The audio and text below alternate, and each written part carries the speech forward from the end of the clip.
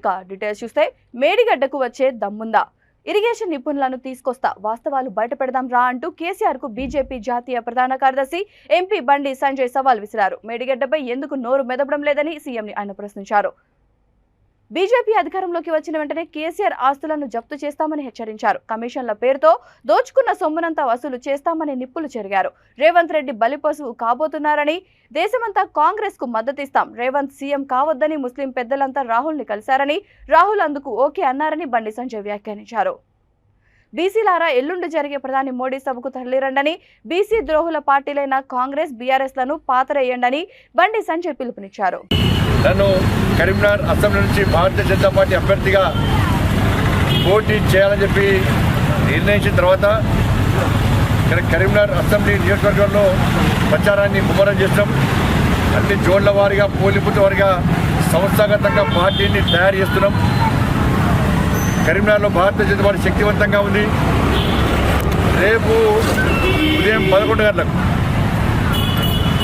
వేద పండితులు, సాధు సంతులు నిర్ణయించినటువంటి ముహూర్తం ప్రకారం రేపు 6వ తారీఖు నాడు నేను కరీంనగర్ అసెంబ్లీ నియోజకవర్గ ప్రజల ఓటర్ మహాశయుల ఆశీర్వాదంతో, నా కార్యకర్తల మద్దతుతో రేపు నామినేషన్ కరీంనగర్ అసెంబ్లీ బీజేపీ అభ్యర్థిగా రేపు నామినేషన్ వేయబోతున్నా.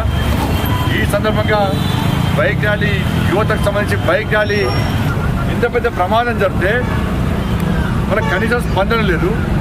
ఇవాళ కేంద్రంతో కమిటీ వచ్చింది, అది బీజేపీ కమిటీ కాదు, అది కేంద్ర నిపుణుల కమిటీ. అది నీ జేబు సంస్థ కాదు, ఇంకో జేబు సంస్థ కాదు. అంటే నీకు మంచి ఇస్తున్నామో అది మంచిది. కేసీఆర్ పోటుగాడు, తోపుగాడు, అసలు టోపీ పెట్టి చేత కట్టబట్టి ఆయన బడాయిలకు మొత్తము సర్కారు చూపెట్టిన రోజు దేశం మొత్తం చూపెట్టిండు. కానీ కేసీఆర్కి అడుగులో వస్తే మంచి రిపోర్ట్ అది చెప్పాలి. కేసీఆర్ కొడుకు అంటే పగుళ్ళు వచ్చినాయా, 8 పిల్లలు పగుళ్ళు వచ్చినాయా రాలేదా చెప్పు, రాలేదని చెప్పు. ఈ దమ్ముంటే ఫౌండేషన్ కింద మొత్తం కింద పగుళ్ళు వచ్చినాయా లేదా చెప్పు, తప్పని చెప్పు. మరి ఓటర్లు మునిగిపోయినాయా లేదా చెప్పు, తప్పు కాదని చెప్పి మునిగిపోలే చెప్పని.